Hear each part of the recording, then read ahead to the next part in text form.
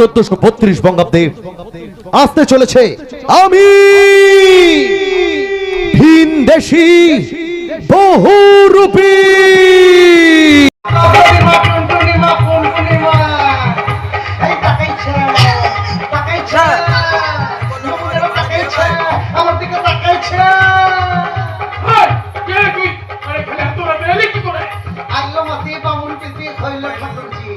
নন্দরানীর ব্যাপার সাথে কখন হেসেছি ব্যাস করেছি তোদের বাবার কি পান খেয়েছি পিক ফেলেছি দাপ করেছি ছোলা আমার বধুর নাম রেখেছে হিঞ্চা ফুলের মালা খিচকদম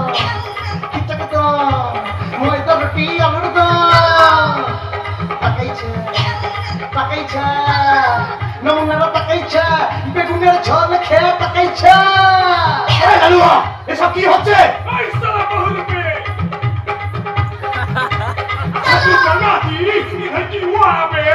আমার একটা বাঘ ছিল কুকু করে ডাক ছিল সে বাঘটা কি হলো পাতলা টাকা কম হলো তাকাইছে সাপের গলায় বংশী মালা ব্যাঙের গলায় বাসি সাপের গলায় বংশী মালা ব্যাঙের গলায় বাসি কুকু কাতে ঘর করেছি যাব গয়া কাশি তাকাইছে রমুনারা তাকাইছে আমার মনে তাকাইছে বিয়া হবে বিয়া হবে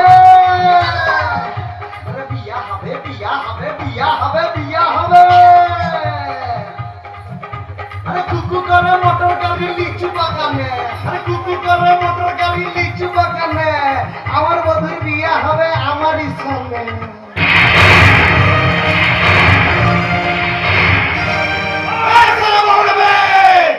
আপনি কি করলেন? কেন করলেন এই কাজ?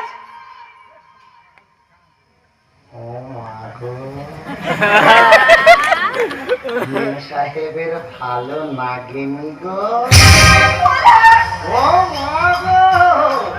চিন্তিতের এখন চাপটি ধরেছি গো।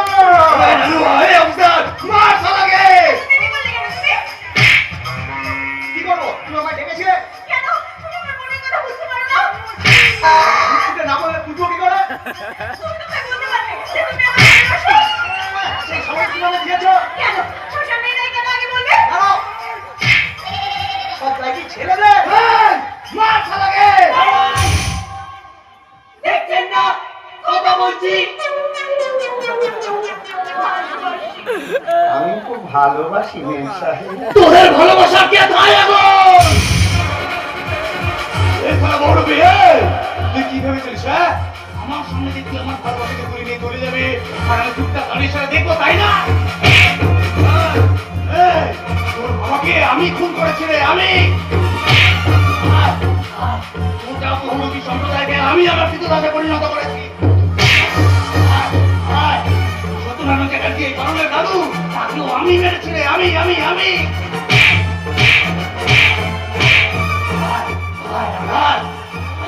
চোখের সামনে ওই পারুলকে ধর্ষণ করে আমি আমার সমস্ত না পাওয়ার দালাজ মিটিয়ে নেব। কিঙ্কর নাথ আমি থাকি এই মাধবপুরে যে বাঁশি বাজায় তাকে 30 টাকে ধরে এসব আলোচনা